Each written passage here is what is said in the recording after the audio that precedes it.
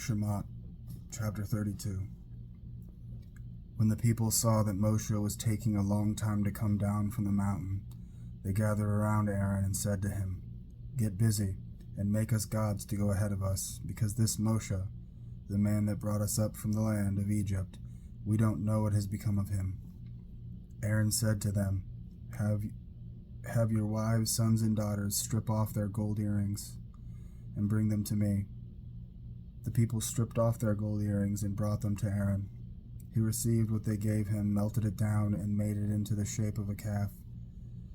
They said, "Israel, here is your God, who brought you up from the land of Egypt."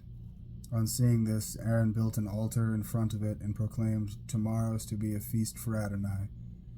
Early the next morning they got up and offered burnt offerings and presented peace offerings. Afterward the people sat down to eat and drink. Then they got up to indulge in revelry. And I said to Moshe, "Go down, hurry, your people, whom you brought up from the land of Egypt, have become corrupt. So quickly they have turned aside from the way I ordered them to follow.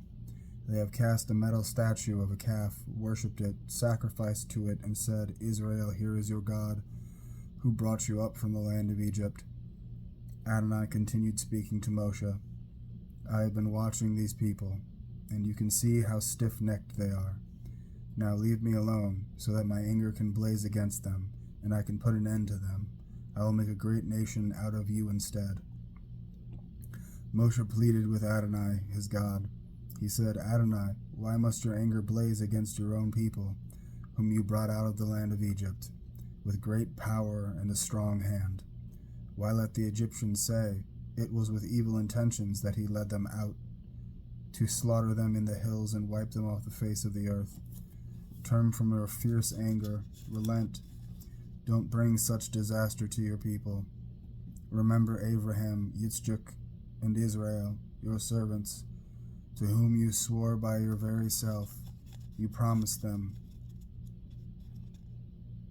'I will make your descendants as many as the stars in the sky, and I will give all this land I have spoken about to your descendants, and they will possess it forever.'" Adonai then changed his mind about the disaster he had planned for his people. Moshe turned and went down from the mountains with the 2 tablets of the testimony in his hand, tablets inscribed on both sides, on the front and on the back. The tablets were the work of God, and the writing was the writing of God, engraved on the tablets. When Yehoshua heard the noise of the people shouting, he said to Moshe, "It sounds like war, and what I hear is the sound of people singing." No, it sounds like war in the camp. He answered, "That is neither the clamor of victory nor the wailing of defeat. What I hear is the sound of people singing." But the moment Moshe got near the camp, when he saw the calf and the dancing, his own anger blazed up. He threw down the tablets he had been holding and shattered them at the base of the mountain. Seizing the calf they had made, he melted it in the fire and ground it to powder, which he scattered on the water. Then he made the people of Israel drink it. Moshe said to Aaron, "What did these people do to you to make you lead them into such a terrible sin?" Aaron replied, "My Lord shouldn't be so angry. You know what these people are like, that they are determined to do evil. So they said to me, 'Make us gods to go ahead of us,' because like Moshe, the man that brought us up from the land of Egypt, we don't know what has become of him." I answered them, "Anyone with gold, strip it off." So they gave it to me, and I threw it in the fire, and out came this calf.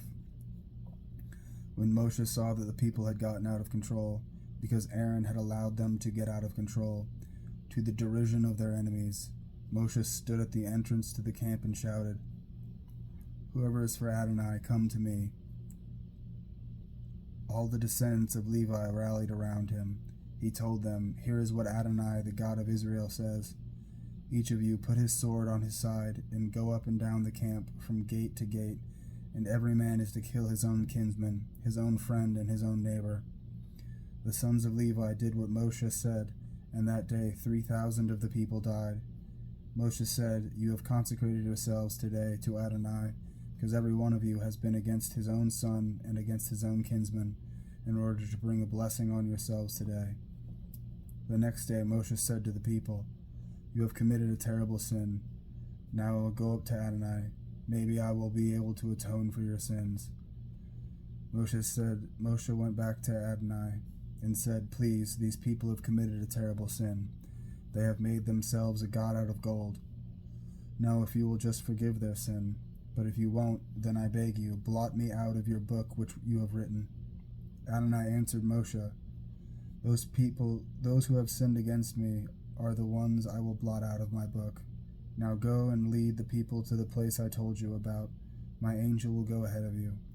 Nevertheless, the time for punishment will come, and then I will punish them for their sin." Adonai struck the people with a plague because they had made the calf, the one Aaron made.